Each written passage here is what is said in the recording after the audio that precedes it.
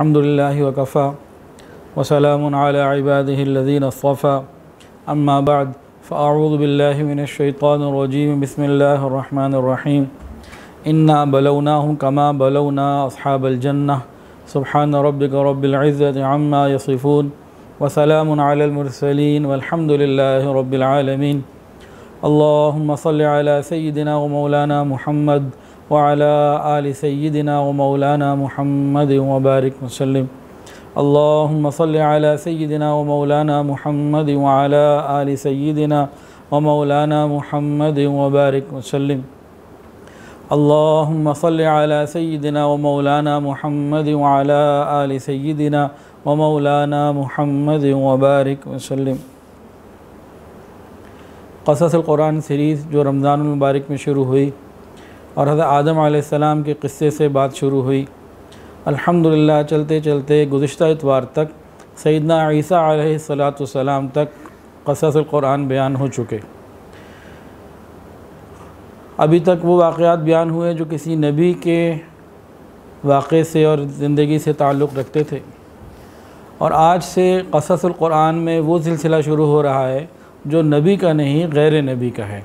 कुरान मजीद में अस्हाब कहफ़ का वाक़या है, ज़ुल्क़रनैन का वाक़या है, अस्हाबुर रक़ीम का वाक़या और अस्हाबुल जन्ना का वाक़या है, हज़रत लुक़मान रज़ी अल्लाह तआला अन्हु का वाक़या है। तो और जो कुरान मजीद के अंदर अल्लाह ने वाक़यात बयान फ़रमाए हैं, अब इंशाअल्लाह आगे से वो शुरू हो रहे हैं, तो कंटिन्यू हुई है। और रह गया सिलसिला हुज़ूर पाक सल्लल्लाहु अलैहि वसल्लम का, तो वो क़ससुल क़ुरान सीरीज़ में हम नहीं करेंगे। वो अल्हम्दुलिल्लाह अलहदा बहुत तरतीब और बहुत तफसील के साथ एक सीरीज़ शुरू है अल्हम्दुलिल्लाह, जिसके 12 या 13 बयान अभी तक हो चुके हैं कि नबी करीम सल्लल्लाहु अलैहि वसल्लम की मुबारक ज़ात, पैदाइश से पहले के हालात और वाक़यात, पैदाइश के बाद के हालात और वाक़यात। और अभी हम उसमें पहुँचे थे कि जिस वक्त नबी अलैहिस्सलाम ने लोगों को दीन की दावत देना शुरू कर दी और चुपके चुपके लोग मुसलमान होना शुरू हो गए, और कुफ़ार की तकलीफ़ें जो उन्होंने मुसलमानों को दी उनके वाक़यात और उनकी तफसील कुछ शुरू हो चुकी है अल्हम्दुलिल्लाह। तो वो सिलसिला आगे इस तरह चलेगा, और ये तो अल्लाह बेहतर जानते हैं कितना तवील होगा, लेकिन मुमकिन है कि उसकी 100 क़िस्से हो जाएँ, 70 हो जाएँ, अल्लाह बेहतर जानते हैं। लेकिन ख़ासी तफसील के साथ हुज़ूर पाक सल्लल्लाहु अलैहि वसल्लम की मुबारक ज़िंदगी जो मुस्तनद भी हो, मुफस्सल भी हो, तो ये हमारे लिए एक खैर की बात है। कम अज़ कम मेरे लिए तो बहुत सआदत की और ख़ुशी की बात है कि अल्लाह रब्बुल इज़्ज़त ने मुझे इस बात की तौफ़ीक़ अता फ़रमाई। और बयान जब करना होता है ना, 1 घंटे का अगर बयान करना है तो उस 1 घंटे के बयान करने के लिए मुझे कई घंटे का मुताला करना होता है, तो मेरी ज़ात को सबसे ज़्यादा उसका फ़ायदा पहुँच रहा है। आगे तो उसको फिर आसान अल्फाज में उसका ख़ुलासा ये पहुँचाना होता है, लेकिन उसको पढ़ने के लिए 1 घंटा बात करने के लिए पीछे कई घंटे पढ़ना होता है, जिसका मुझे इंतहाई फ़ायदा हो रहा है। अल्लाह ताला हुज़ूर पाक सल्लल्लाहु अलैहि वसल्लम से सच्ची मोहब्बत और सच्ची निस्बत अता फ़रमाए, और दुआ है कि अल्लाह ताला इस सिलसिले को कबूल फ़रमा कर क़यामत के दिन इन्हीं अम्बिया के ज़ुमरे में और नबी अलैहिस्सलातु वस्सलाम के कदमों में खड़ा फ़रमा दे। बस ये मिल गया तो सब कुछ मिल गया, और सारी चीज़ें, सारी मेहनतें कबूल हो गई, सारी काविशें कबूल हो गई। अल्लाह ताला अपनी रहमत का मामला फ़रमाए। हमारी तो ज़िंदगी का महवर ही नबी अलैहिस्सलातु वस्सलाम की मुबारक ज़ात है, उसी के गिर्द पूरी ज़िंदगी गुज़र रही है, और वही हमारा ओढ़ना बिछोना सब कुछ है। अल्लाह ताला अपनी रहमत से इसको कबूल फ़रमा ले, इखलास अता फ़रमाए। और कमी कोताहियाँ रहती हैं, बहरहाल उसके लिए अल्लाह से माफ़ी मांगते हैं, अल्लाह ताला हमें माफ़ फ़रमा दे। तो आज क़ससुल क़ुरान में अम्बिया के अलावा के जो वाक़यात हैं, अम्बिया किराम के अलावा जो वाक़यात हैं, उनमें सबसे पहला वाक़या अस्हाबुल जन्ना। कुरान मजीद में उनको अस्हाबुल जन्ना कहा गया, और सूरह क़लम के अंदर ये वाक़या बयान किया गया। सूरह क़लम 29वें सिपारे की एक सूरत है।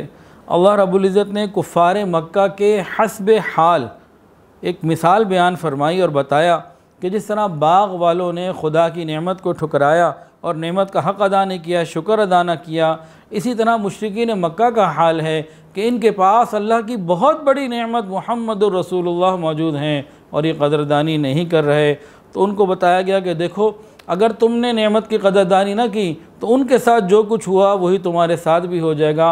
वो भी अज़ाब में मुब्तला हुए, परेशानी के अंदर, और तुम भी परेशानी में मुब्तला हो जाओगे। कुरान में अल्लाह फरमाते हैं इन्ना बलौनाहुम कमा बलौना अस्हाबल जन्नह इज़ अक़समू लयस्रिमुन्नहा मुस्बिहीन। बिलाशुबा हमने इन कुफ़ार मक्का को इसी तरह आज़माया जिस तरह बाग़ वालों को आज़माया कि उन्होंने कसम खा ली थी कि हम सुबह होते ही इन बाग़ के फलों को काट लेंगे, और वो इंशाअल्लाह भी ना कहते थे। बस अभी वो सो ही रहे थे कि उनके बाग़ पर तेरे परवरदिगार की तरफ से फिरने वाली चीज़ फिर गई, यानी आज़ाब आ गया। वो बाग़ तबाह बर्बाद हो गया। बस सुबह को ऐसे हो गया कि गोया जड़ से काट कर ही फेंक दिया गया हो, नामो निशान तक मिटा दिया गया। सुबह हुई तो उन्होंने एक दूसरे को पुकारा कि देखो भाई, अगर खेती को जल्दी काटना चाहते हो तो जल्दी जल्दी चलो। और आपस में चुपके चुपके बातें करते जाते थे कि ऐसा ना हो कि हमें देर हो जाए, फ़कीर मांगने वाले आ जाएं और हमें अपने माल को देना पड़ जाए, तो जल्दी जल्दी चलो। वो जल्दी जल्दी चले, अपने बाग़ पे पहुंच गए। हालात देख रहे तो कहते हैं ये तो वो जगह नहीं है, हम कहीं और आ गए, गलत तो नहीं आ गए।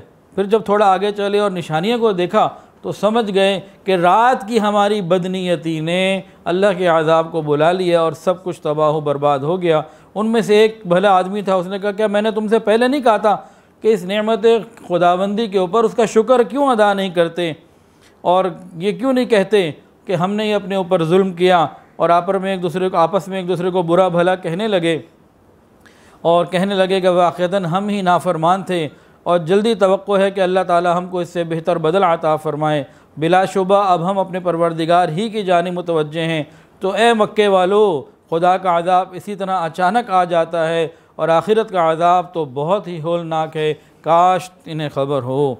कज़ालिकल अज़ाब वला अज़ाबुल आखिरति अकबर लौ कानू यालमून।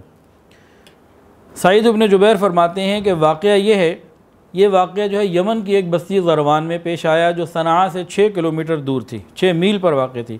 अहले किताब में से एक शख्स बहुत मालदार साहिब ज़मीन था और मर्द नेक आदमी था। अपनी पैदावार में से खूब अल्लाह के रास्ते में ख़र्च करता रहता था। उसका इंतकाल हो गया तो पीछे चंद लड़के थे। उन लड़कों ने कहा भाई हमारा बाप तो बड़े ही बेवकूफ़ आदमी था, गरीबों पे खूब माल दिया करता था, अब हम जल्दी चले जाते हैं, अपने सारे माल को कंट्रोल कर लेते हैं, खेतों को संभाल लेते हैं, फ्रूट को, और फ़कीर वगैरह आएंगे उनको भगा देंगे और हम जरा अपने बाप की बेवकूफ़ी को आगे नहीं बढ़ाएंगे। अब ये लोग जब अपनी जगह पे पहुँचे तो देखा कि वहाँ तो कुछ है ही नहीं, सब कुछ जल के ख़त्म और सब कुछ, कोई ऐसी चीज़ ही नहीं। पहले तो हैरान हो गए कि हम कहीं गलत तो नहीं आ गए। बाकी निशानियों से जब उनको समझ लग गई कि भाई हम आए सही जगह हैं, लेकिन हमारी बुरी नीयत की वजह से, हमारी बदनीयती की वजह से सब कुछ तबाह हो गया, फिर वापस में एक दूसरे को ही मलामत करने लगे, लेकिन उनका सब कुछ ज़ाया हो गया।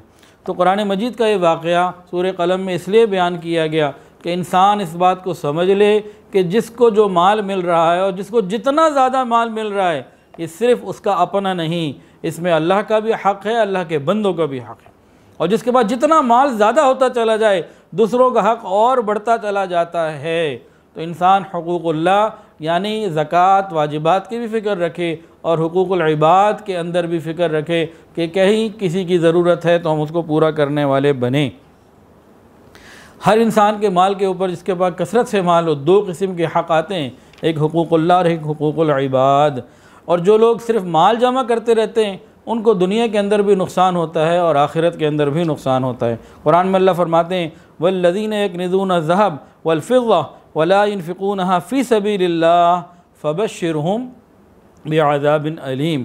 और जो लोग सोना चांदी अपने पास ज़ख़ीरा करते रहते हैं, जमा करते रहते हैं और अल्लाह के रास्ते में ख़र्च नहीं करते, ऐसे लोगों को दर्दनाक अज़ाब की खुशखबरी सुना दो। तो यही मक्के वालों को बताया गया कि देखो तुम्हें दुनिया की नेमतें भी बहुत दी गईं, अब नबी अलैहिस्सलाम को भेजकर रूहानी नेमतों को भी तुम्हें अता कर दिया गया। अब तुम शुक्रगुज़ार बन जाओ। अगर तुम शुक्रगुज़ार न बने तो जो बाग़ वालों का हाल हुआ अस्हाबुल जन्ना का, वही तुम्हारा भी हाल होगा। अल्लाह ताला हमें इन बातों की सही समझ अता फ़रमाए। तो ये वाक़या था जी अस्हाबुल जन्ना। दूसरा वाक़या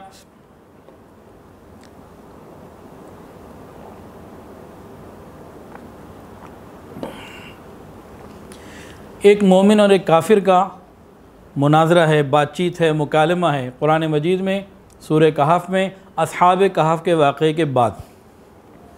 वज़रिब लहुम मसल रजुलैनि जअलना लिअहदिहिमा जन्नतैनि मिन अअनाब। अल्लाहु अकबर कबीरा। इस वाक़े की तफसीलात ऐसी हैं कि कुरान मजीद में इसका ज़िक्र है, ताहम हदीस में और तारीख़ की किताबों में इसका ज़िक्र मौजूद नहीं। कुरान मजीद में अल्लाह फरमाते हैं, तर्जुमा सुन लीजिए, ए पैगंबर लोगों को एक मिसाल सुना दो आदमी से, इनमें से एक के लिए हमने अंगूर के 2 बाग मुहैया कर दिए और इर्द गिर्द खजूर के दरख्तों का एक अहाता था, बीच की ज़मीन में खेती थी। ऐसा हुआ कि दोनों बाग फलों से लद गए और पैदावार में कोई कमी ना हुई, और हमने इनके दरमियान एक नदी जारी कर दी आपाशी के लिए। नतीजा ये निकला कि वह आदमी दौलतमंद हो गया। तब एक दिन घुमंड में आकर अपने दोस्त, जो खुशहाल ना था, ईमानदार था, गरीब था, उसको कहने लगा, देखो मैं तुमसे ज़्यादा मालदार हूँ, मेरा जत्था भी, मेरा ग्रुप भी बड़ा ताकतवर है। और ये बातें करते करते अपने बाग में गया। अल्लाह फरमाते हैं वो इन बातों से अपना ही नुकसान कर रहा था। इसने कहा, मैं नहीं समझता कि ऐसा शादाब बाग कभी वीरान हो सकता है। ये कैसे हो सकता है, ये तो कभी वीरान नहीं हो सकता। और उसने आगे कहा कि अगर ऐसा हो भी गया कि अगर मुझे परवरदिगार की तरफ लौटाया गया, यानी शक रख रहा है कि नहीं ये तो हमेशा मैंने रहना है, सब ने रहना है, अगर मैं वापस चला भी गया तो क़यामत की घड़ी अगर हो भी गई, अव्वल तो मुझे तवक्को नहीं है कि क़यामत की घड़ी आएगी, अगर हो भी गई तो जिस तरह मुझे यहाँ अच्छा ठिकाना मिला है वहाँ भी मुझे ज़रूर अच्छा ठिकाना मिलेगा। ये इस बंदे ने, जिसको अल्लाह ने नेमत अता की थी, बजाय ये कि शुक्रगुजारी और आजिज़ी इख्तियार करे, इस तरह के गुरूर और तकब्बुर के बोल बोलने लगा। तो वो दूसरा जो उसका दोस्त था, जो साथी था, जो गरीब तो था लेकिन ईमान वाला था, उसने उसको जवाब दिया, क्या तुम उस हस्ती का इनकार करते हो जिसने तुम्हें पहले मिट्टी और नुत्फ़े से पैदा किया, फिर आदमी बनाकर दुनिया में भेज दिया? लेकिन मैं तो यकीन करता हूँ कि वही अल्लाह मेरा परवरदिगार है, मैं और अपने रब के साथ किसी को शरीक नहीं ठहराता। और जब तुम अपने बाग में आए और उसकी तुमने शादाबियाँ और नेमतों को देखा, तुमने ये क्यों ना कहा कि वही होता है जो अल्लाह चाहता है, उसकी मदद के बगैर कुछ नहीं हो सकता। और ये जो कुछ तुम्हें दिखाई दे रहा है कि तुम्हारा माल ज़्यादा, तुम्हारी औलाद ज़्यादा, और मैं तुमसे कम माल और औलाद रखता हूँ, तो इस पर गुरूर मत करना। क्या अजब कि मेरा परवरदिगार मुझे तुम्हारे इस बाग से बेहतर जन्नत में बाग अता कर दे, और तुम्हारे बाग पर आसमान से कोई ऐसी चीज़ नाजिल कर दे कि तबाह बर्बाद हो जाए और कोई उसकी सूरत बन जाए। और फिर बिल आखिर ऐसे ही हुआ कि अल्लाह ताला की तरफ से पकड़ आ गई, और वो जो कहता था कि मेरा बाग तो कभी ख़राब ही नहीं हो सकता, वो तबाह बर्बाद हो गया। और अल्लाह रब्बुल इज़्ज़त ने समझा दिया, बता दिया, हुनालिकल वलायतु लिल्लाहिल हक़ हुवा खैरुन सवाबन व खैरुन उक़बा। अल्लाह ने बता दिया कि फ़िल हक़ीक़त सारा इख्तियार अल्लाह ही के लिए है, जो बेहतर सवाब देने वाला है और उसी के हाथ में बेहतर अंजाम है।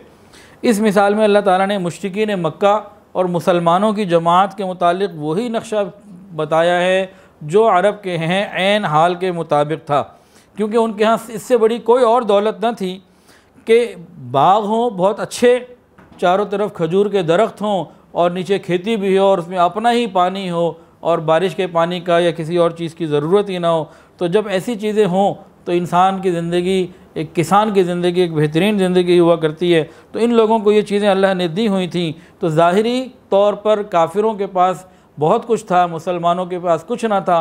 तो काफिरों को यहाँ मिसाल दे के समझाया गया कि जैसे पहले वालों के बाद नेमतें थीं, उन्होंने नाकदरी की, अगर तुमने भी नाकदरी की तो तुम्हारा मामला भी ऐसे ही हो जाएगा। कुरैश मक्का का गुरूर इस अंदाज़ का था, अव्वल तो वो हक़ बात सुनने के लिए तैयार ही ना होते थे। अगर तैयार हो जाते तो कहते हैं जो गरीब मुसलमान हैं ना, इनको हटाओ यहाँ से, हम बड़ी शान वाले हैं। अगर हम मोहम्मद सल्लल्लाहु अलैहि वसल्लम के साथ बैठे हों तो कोई गरीब फटकना नहीं चाहिए करीब, इस तरह का उनका अंदाज़ था। तो कुरान मजीद ने एक लतीफ़ अंदाज में मुसलमानों को बता दिया कि मुसलमानों के हक़ में ऐसे नासाजगार हालात ये अल्लाह ताला की तरफ से हैं, अल्लाह इनको बदलने पे कादिर भी हैं।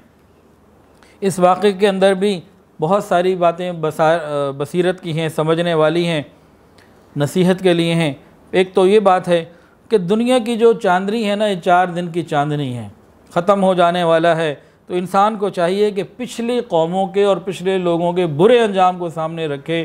कौम आद के साथ क्या हुआ, कौम हूद के साथ क्या हुआ, कौम नूह के साथ क्या हुआ, मुतकब्बिरीन के साथ क्या हुआ, तो ये तकब्बुर न करे, उनके अंजाम से डरे। अल्लाह फरमाते हैं सीरू फिल अर्ज़ि फंज़ुरू कैफ़ कान आक़िबतुल मुजरिमीन, ज़मीन की सैर करो फिर देखो नाफरमानों का अंजाम क्या हुआ। दूसरी बात क्या कि हकीकी इज़्ज़त ये तो अल्लाह रब्बुल इज़्ज़त के लिए है, वलिल्लाहिल इज़्ज़त वलिरसूलिही वलिलमुमिनीन। माल और दौलत इज़्ज़त का पैमाना नहीं, अल्लाह के यहाँ ईमान और अल्लाह और उसके रसूल का ताल्लुक़ इज़्ज़त का पैमाना है। और मोमिन की शान ये है कि अगर अल्लाह ने इसको नेमतों से सरफराज फरमाया, इसके बाद नेमतें हैं, तो इसको चाहिए कि बजाय तकब्बुर करने के ये अल्लाह का शुक्र अदा करे, आजिज़ी इख्तियार करे और ये कहे वलौला इज़ दखलत जन्नतका क़ुल्त मा शा अल्लाहु ला क़ुव्वत इल्ला बिल्लाह, मा शा अल्लाहु ला क़ुव्वत ला हौला वला क़ुव्वत इल्ला बिल्लाह। ये क्या है? नबी अलैहिस्सलाम ने फरमाया कि जन्नत के पोशीदा ख़जानों में से एक ख़जाना है, इसमें बंदा एतराफ़ करता है कि भलाई की ताकत, भलाई के काम करने की ताकत और गुनाह के कामों से बचने की ताकत ये फ़कत अल्लाह की आता है, इंसान का कोई इख्तियार नहीं। ये काफिर का काम है कि जब उसके पास माल दौलत आ जाए फिर वो कहता है ऊतीतुहु अला इल्मिन इंदी, ये तो मेरी अपने हाथ की कमाई है, ये तो मेरा काम है, ये सब मैंने किया। मुसलमान की ये शान ही नहीं। तो अल्लाह ताला हमें इन वाक़यात से इबरत पकड़ कर, ये कोई स्टोरीज़ नहीं सुनानी, ये कोई अर्तगरल की सीरीज़ नहीं चल रही कि जी वक्त गुजारने के लिए हो, ये वो हक़ाइक़ हैं जो कुरान और हदीस में बयान किए गए हैं, उनसे जो फ़ायदा है कि हम अपनी ज़िंदगी के रास्ते को ठीक कर लें और ये क़यामत तक आने वालों के लिए है। आज का तीसरा वाक़या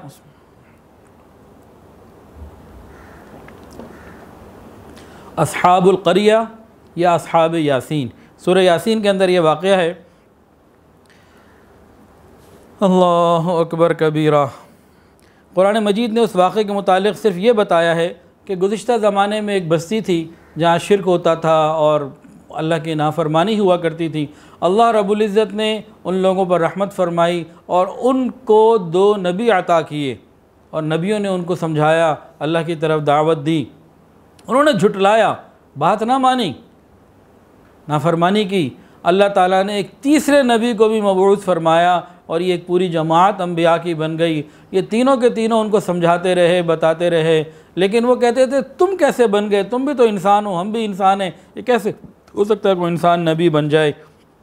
वो उनको समझाते रहे, कौम उनसे बिगड़ती रही। वो कहते रहे कि तुम्हारे आने के बाद तो गड़बड़ शुरू हुई है सारी, हम अपने आराम से मज़ों में थे, हमारे मौज मेले थे, जब से तुम आए हो और तुम खुदा रसूल की बात कर रहे हो, तुम खुद नबी और अल्लाह की बात कर रहे हो, सारी गड़बड़ तुमने पैदा की है। ये वही जुमले हैं जो आज हम सुनते हैं कि जी उलमा ही सारी गड़बड़ पैदा करने वाले हैं। तो पहले अंबिया के अंदर भी ये सब कुछ हो चुका। तो उन लोगों ने उनको बहुत समझाया लेकिन वो ना माने। तो वहीं करीब बस्ती में कोई नेक आदमी रहता था, वो जल्दी जल्दी आया और अपनी ही कौम के लोगों को कहने लगे खुदा के बंदो क्या कर रहे हो, क्या मैं उस परवरदिगार की इबादत ना करूं जिसकी तरफ लौट के जाना है।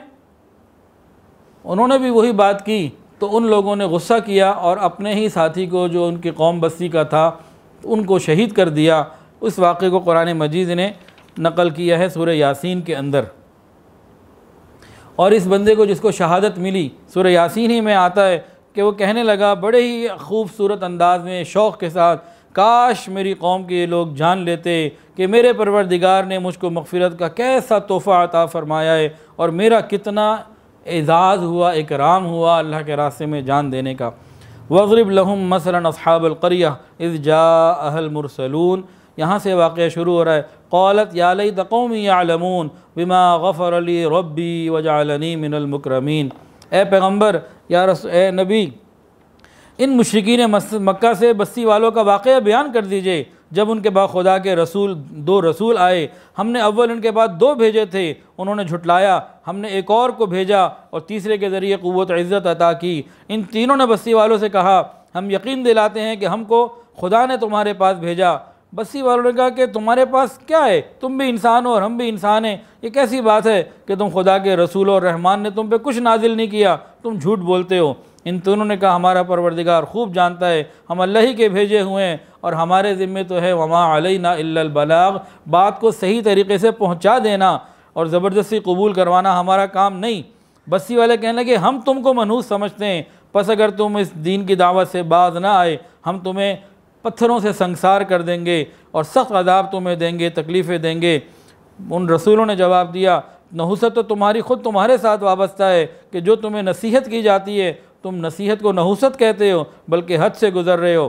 शहर के आखिरी किनारे से एक आदमी दौड़ता हुआ आया। उसने कहा, ए कौम, तुम खुदा के रसूलों की पैरवी करो और इनकी पैरवी करो जो तुमसे अपनी नेक हिदायत के ऊपर तुमसे कोई माल पैसा उजरत नहीं मांग रहे।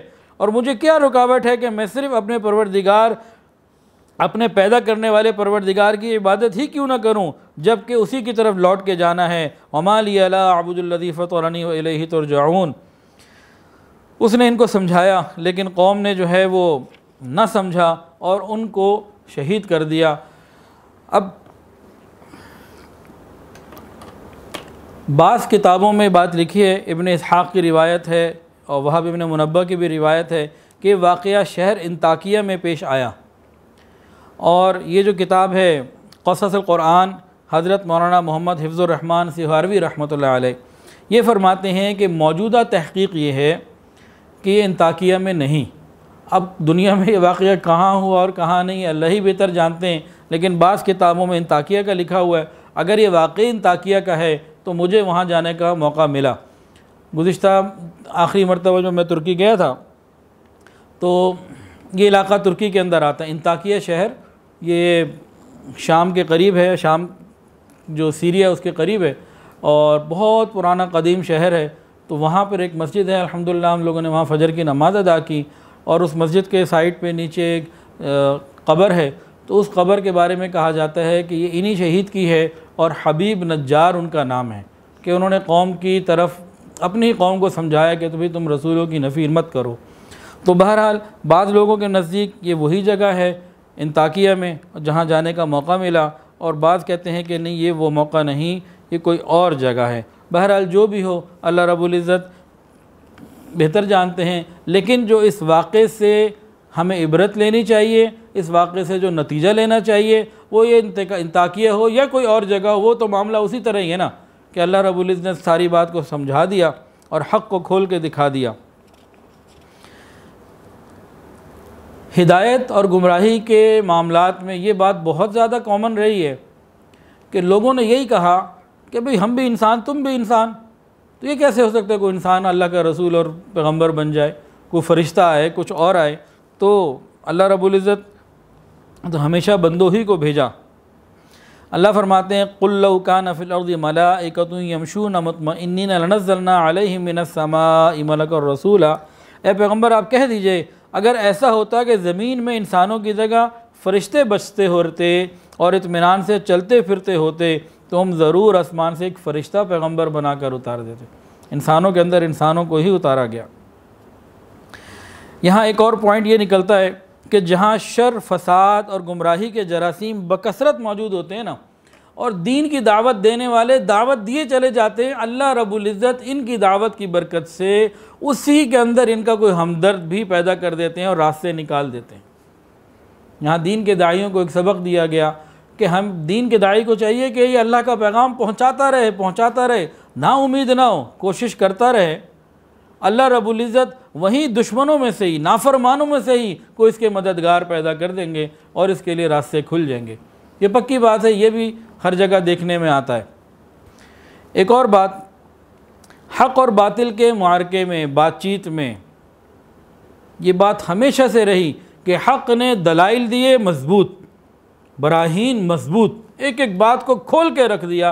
बातिल ने हमेशा क्या किया कि जब वो दलील का मुकाबला दलील से ना ले सका तो उसने दो काम किए, लड़ाई पर आमादा हो गया, मजाक उड़ाने लग गया, गालम गलोच, गुस्सा, किरदार कशी पर आ जाएगा और मजाक उड़ाने लग जाएगा, क्योंकि उसके बाद दलील के मुकाबले में दलील तो होगी नहीं। और आज भी इसी तरह होता है कि उलमा कोई बात करते हैं तो हमारा ऐसा तबका जो दीन से दूर है और उलमा की सोहबत से महरूम है, वो इसी किस्म के मामले करता है जो पुरानी कौमों में, पुरानी उम्मतों में इन नाफरमानों ने किए कि हक़ के सामने इनके बाद दलाइल नहीं होते, लड़ने मारने पर आमादा हो जाते हैं या मजाक उड़ाना शुरू कर देते हैं। तो ये हमेशा से रहा है और हमेशा ही रहेगा।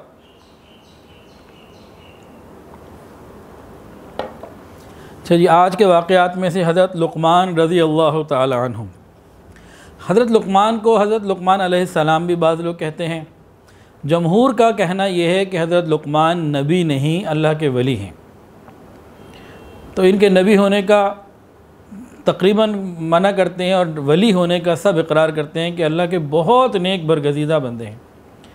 हमें भी चाहिए कि एहतियात करनी चाहिए कि नबी के साथ अलैहिस्सलाम लगाएं, सहाबा के साथ रज़ी अल्लाह ताला अन्हु लगाएं, सहाबिया के साथ रज़ी अल्लाह ताला अन्हा लगाएं, और जो नेक अल्लाह के बंदे गुजरे हैं औलिया, उनके साथ रहमतुल्लाह अलैहि लगाएं। इसके अंदर गड़बड़ ना करें। ये एक मशहूर चल रहा है, एक कर सकते हैं रज़ी अल्लाह अन्हु का क्या मतलब है, अल्लाह उनसे राज़ी, वो अल्लाह से राज़ी।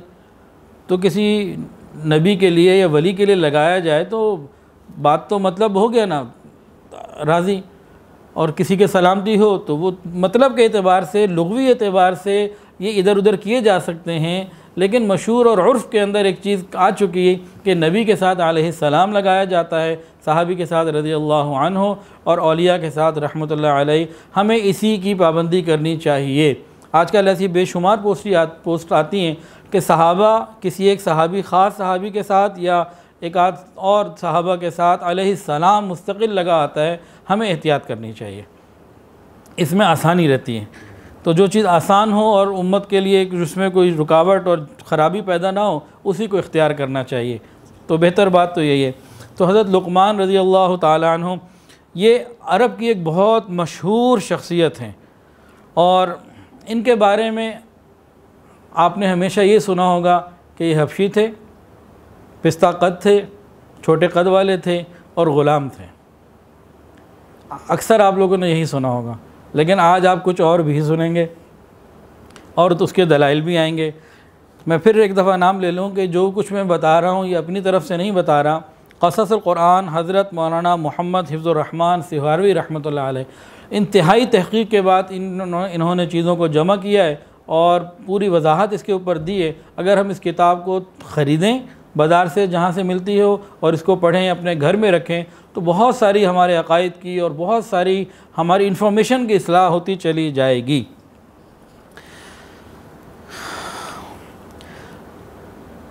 हज़रत लुक़मान या हकीम लुक़मान अहले अरब के यहाँ एक मशहूर शख्सियत हैं और एक बहुत हकीम और दाना हैं।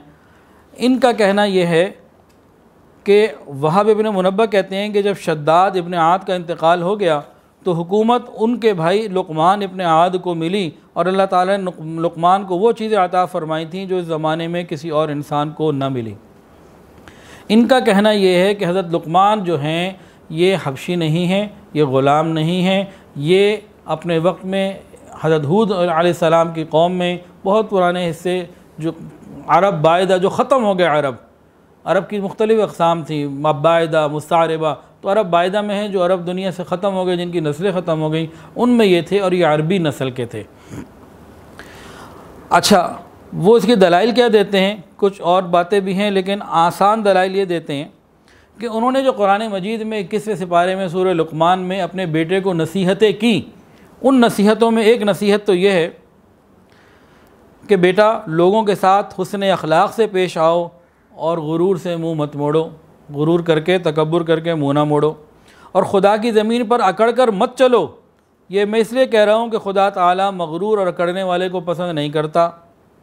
और फरमाते हैं कि उन्होंने अपने बेटे को ये कहा कि हमेशा रफ्तार में आजिज़ी रहनी चाहिए और आवाज़ को गुफ्तगू में नरम रखो कि चीखना चिल्लाना ये बंदों का नहीं गधों का काम है, और अल्लाह को गधों की आवाज़ पसंद नहीं आती।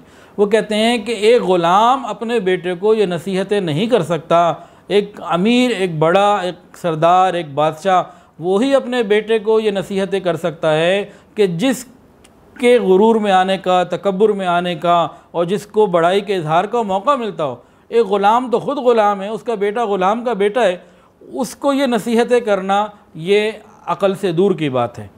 तो कुछ दलाइल वो ये लेते हैं। इसके अलावा और भी उन्होंने तारीख़ी हैसियत से काफ़ी दलाइल दिए हैं कि हज़रत लुक़मान जो हैं वो लिखते हैं कि बिलाशुबा लुक़मान हकीम और लुक़मान आद, कौम आद के लुक़मान एक ही शख्सियत हैं और आद सानिया के नेक बादशाह हज़रत हूद अलैहिस्सलाम के पैरों थे।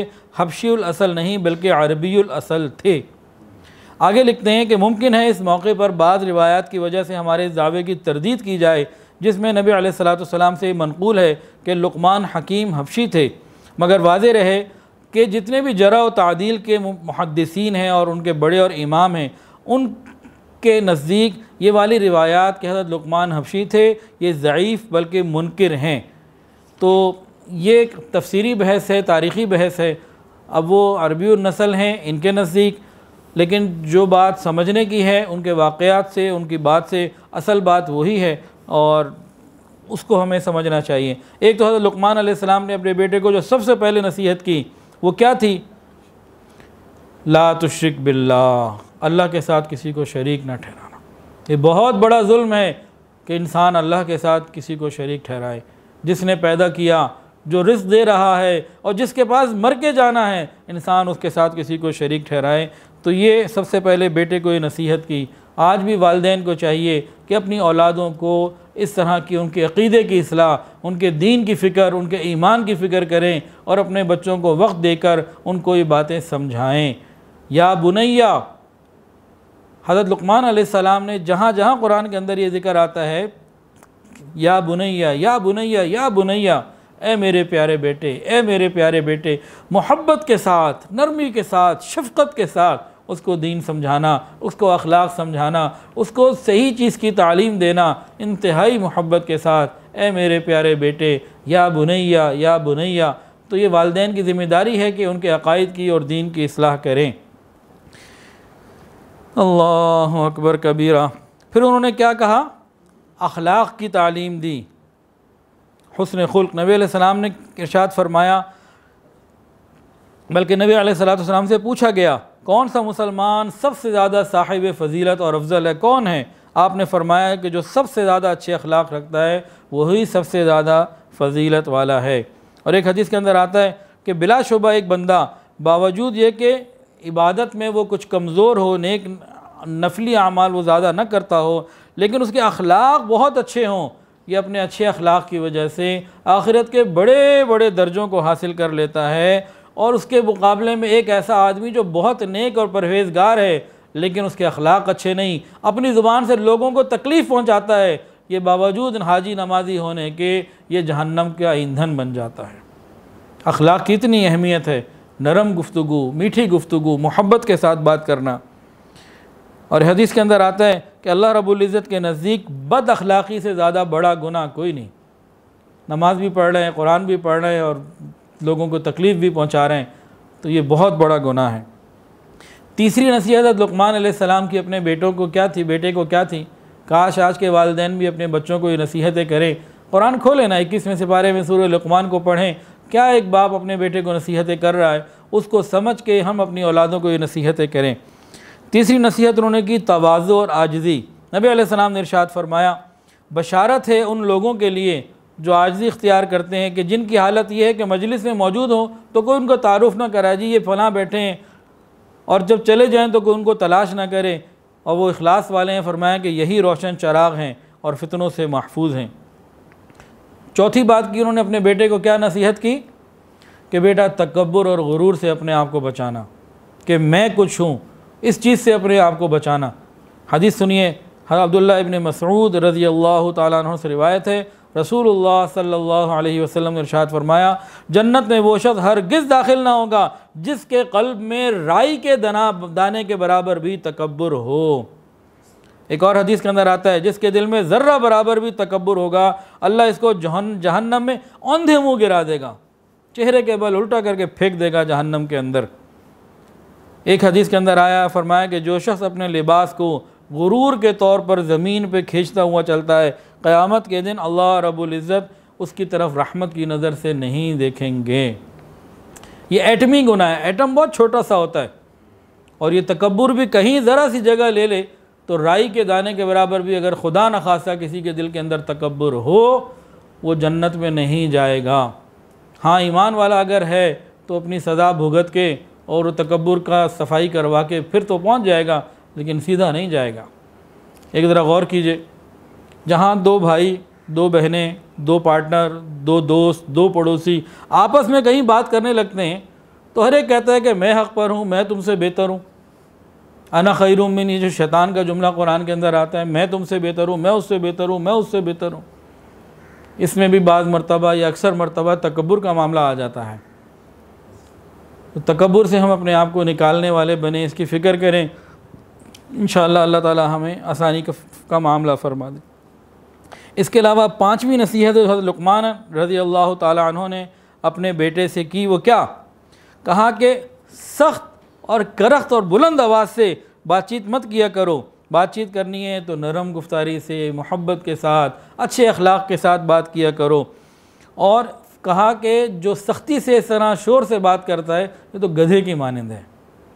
जिस तरह गधे की आवाज़ अल्लाह ताला को पसंद नहीं, इस बंदे की आवाज़ भी पसंद नहीं जो सख्ती गुफ्तगू में रखे, मामलात में रखे।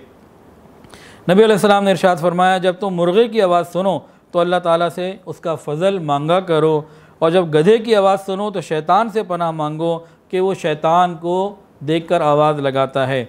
अगर हम कभी मुर्गे की बांग सुने तो सुन्नत ये, मुस्तहब ये है, सुन्नत ये कि हम ये कहा करें, दुआ मांगा करें, अल्लाहुम्मा इन्नी असअलुका मिन फ़ज़लिक, क्योंकि हदीस में है कि फ़ज़ल मांगो, अल्लाहुम्मा इन्नी असअलुका मिन फ़ज़लिक।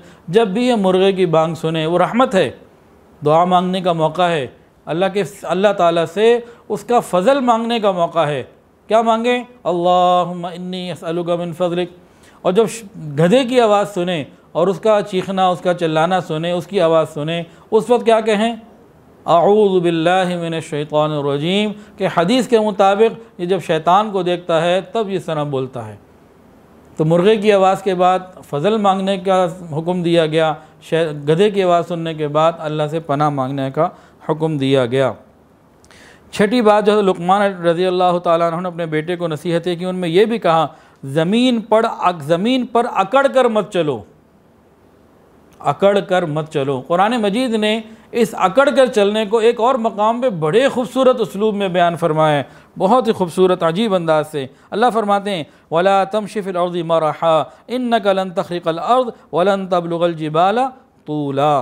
और ज़मीन पर इतराता हुआ न चल, तू अपने इस अंदाज से, रफ्तार से न ज़मीन को फाड़ सकता है, न पहाड़ की चोटियों तक तवील तू हो सकता है।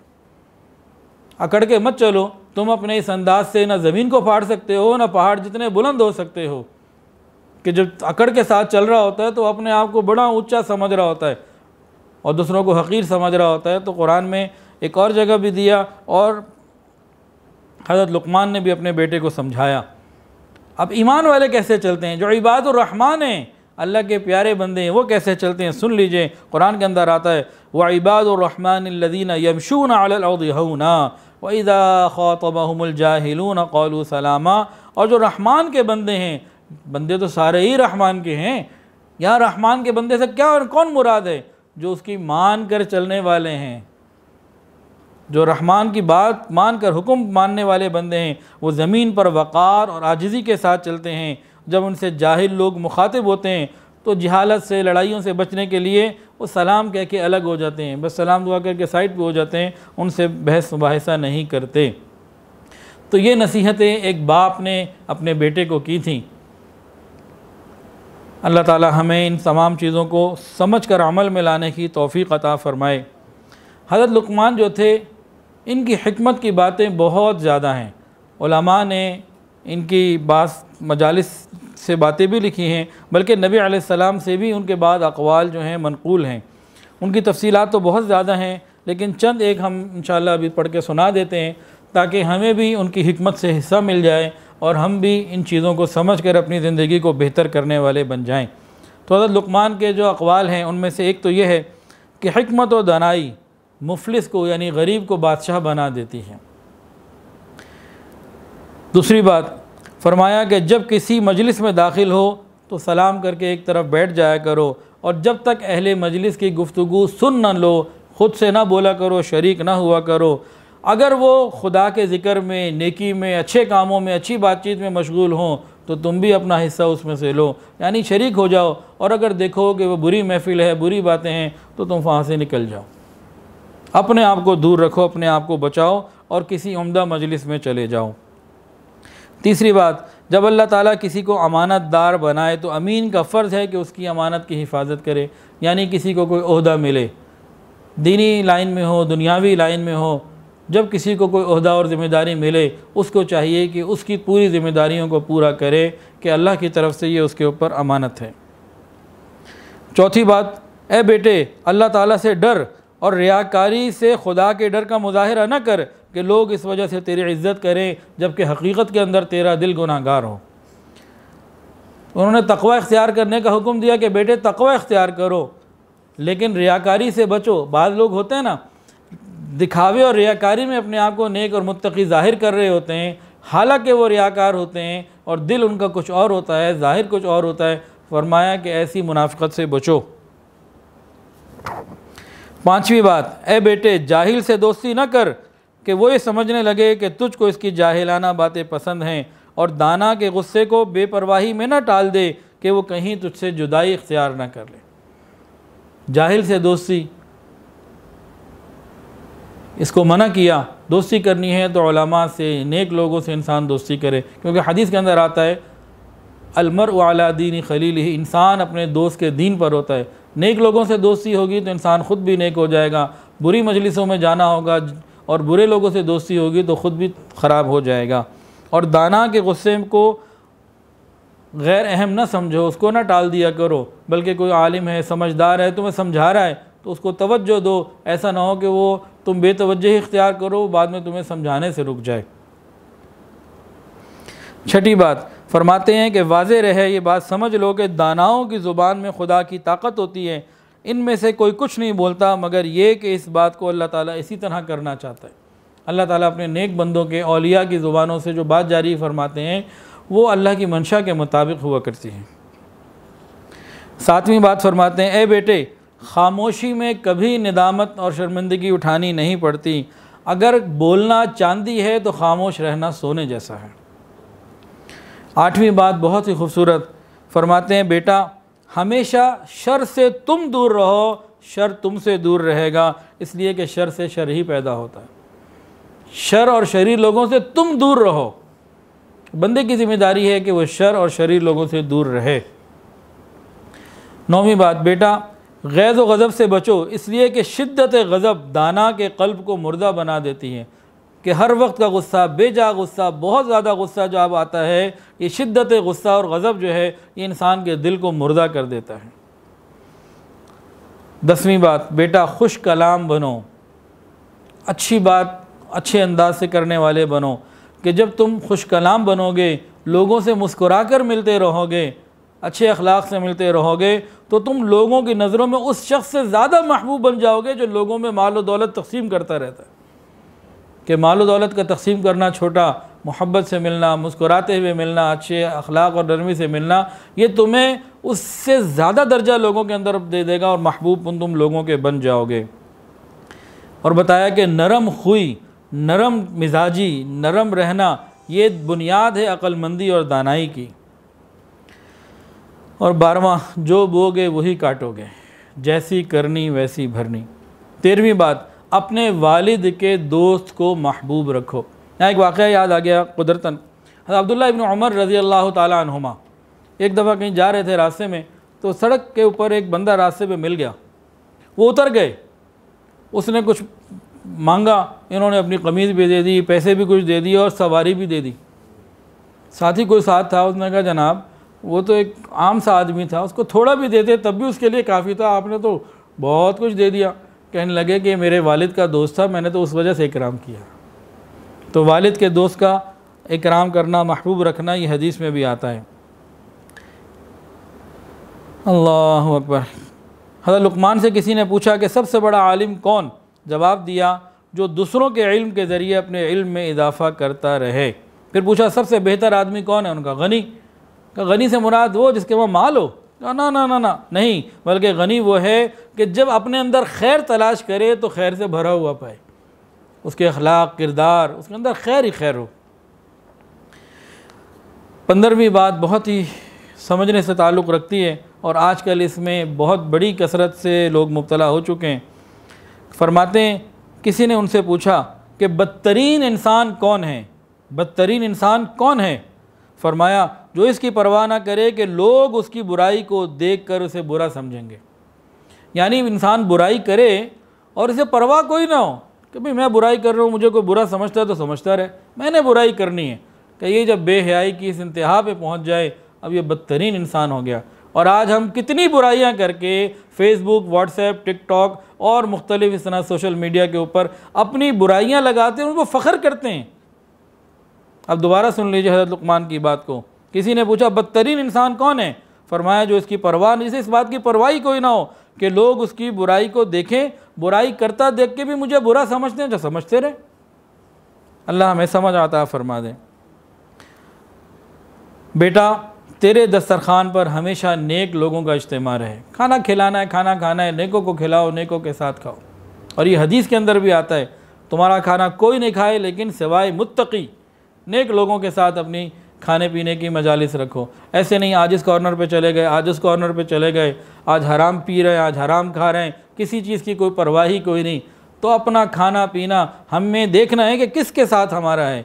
हमें अपने खाने पीने को नेक लोगों के साथ रखना है। ऐसे नहीं कि कहीं म्यूज़िक भी चल रहा है और नाच भी चल रहा है और भी चीज़ें चल रही हैं और हम उन लोगों में बैठ के खाना खा रहे हों। ये चीज़ कुरान और हदीस में बहुत मना की गई। बेटा तेरे दस्तरखान पर हमेशा नेक लोगों का इज्तिमा रहे। और फरमाया बेटा मशवरा सिर्फ़ उलमाए हक़ से लेना, मशवरा सिर्फ़ उलमाए हक़ से लेना। ये हज़रत लुक़मान अलैहिस्सलाम की बातें थीं। अब आज का आखिरी वाक़या अस्हाबुस सब्त, यौम सब्त वाले, हफ्ते के दिन वाले, इस वाक़े के ऊपर इंशाअल्लाह हमारा वक्त भी पूरा हो जाएगा। और अगली इतवार को अगर क़ससुल कुरान सीरीज़ रही तो अस्हाबुर रस से शुरू करेंगे। सूरह 26वें सिपारे में सूरह क़ाफ़ में जो ज़िक्र है, या अगर ईद उल अज़हा के बारे में बात हुई तो देख लेंगे इंशाअल्लाह।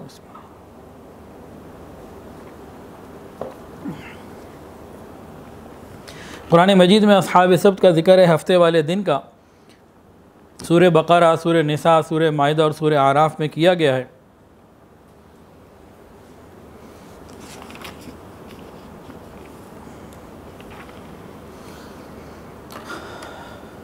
हज़रत इब्राहीम अलैहिस्सलाम अबुल अंबिया हैं।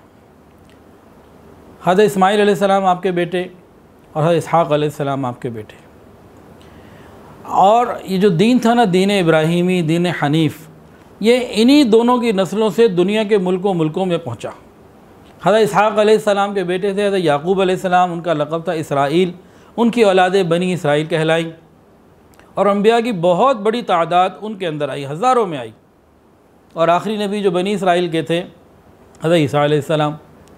और दूसरी तरफ बनु इस्माइल, हज़रत इस्माइल अलैहिस्सलाम की औलाद, ये भी जहाँ जहाँ जाकर आबाद हुई दीन इब्राहीम को लेके गई, अपने बाप दादा के दीन को लेके गई। लेकिन नबी इनके अंदर कोई नहीं आया, सिर्फ़ एक आए। वो कौन थे? हज़रत मुहम्मद रसूलुल्लाह सल्लल्लाहु अलैहि वसल्लम। दूसरी तरफ बनु इसहाक़ में नबूवत चलती रही, एक के बाद दूसरे आते रहे, पैदर पे आते रहे। बनु इस्माइल के अंदर नबूवत इस तरीके से न चली, सिलसिला चलता रहा उनकी नस्लों का। और आखिरी नबी जो आए वो फिर बनु इसराइल में ना आए, बनु इस्माइल में आए। और वो हुज़ूर पाक सल्लल्लाहु अलैहि वसल्लम ख़ातिमुन नबीय्यीन, हमारे नबी, हमारे पैगम्बर। तो हज़रत इब्राहीम अलैहिस्सलाम का जो मिजाज था और जो दीन था और जो उनकी शरीयत थी, ये उनकी नस्लों में चली। उधर बनु इसहाक़ में चली, इधर बनु इस्माइल में चली। और हम कौन हैं? हम उम्मत नबी, उम्मत रसूल हैं, उम्मत रसूलुल्लाह सल्लल्लाहु अलैहि वसल्लम हैं, लेकिन मिल्लत इब्राहीमी हैं। कुरान के अंदर आता है वत्तबि' मिल्लत इब्राहीम हनीफ़ा। हम मिल्लत इब्राहीमी हैं लेकिन उम्मत है नबी सल्लल्लाहु अलैहि वसल्लम के। ये क्या फ़र्क है?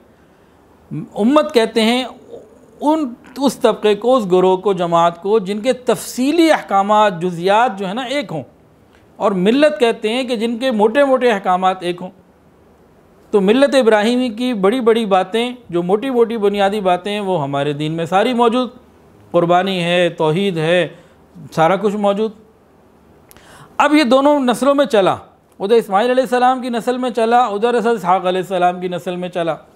लेकिन आगे जाके जो बनी इसराइल बने ना, ये थे बहुत ही जालिम और नाफरमान, बात को ना मानने वाले, और नेगेटिविटी तो उनका इंतहा की थी। और हर बात के अंदर कोई ना